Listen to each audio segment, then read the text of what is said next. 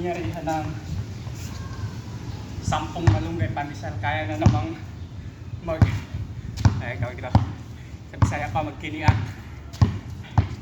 Yung mga nakaraang araw kasi pagka pwersahin ko yung katawan ko sa paggalaw, ramdam ko na yung pangangatok ng katawan eh. Ngayon, balik na, pwede na naman. Yun nga lang, ang ano naman ito, yung magiging resulta, ano kaya magiging resulta dito sa next week. Nilagay mo sa club dito. Kasi dapat ang ibang mga athletes nga, pagka mga 1 week out, naghigpit na talaga ng gusto ng kain, baliktad yun sa akin.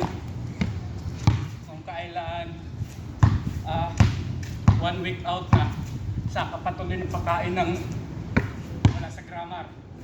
Ganyan, nabanggit ko na kahapon kasi pumunta ako sa laro ng mga kasamahan ko sa gym. Wala akong dalang pagkain, kaya nauwi sa pilit.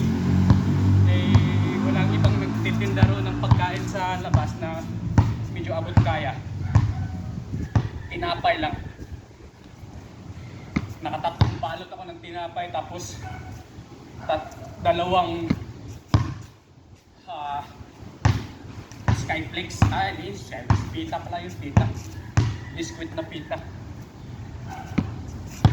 Pag uwi ko ng bahay, nagdalawang kanin pa ako. Kasi, yun nga, gutom. Kailangan ko makarecover, kaya kumain ako. Yun nga lang, ang ano nga lang dito, kung ano yung magiging resulta next 24 hours. Kasi, hindi naman yan tumalap agad yung mga kinakain mo sa oras na yun eh.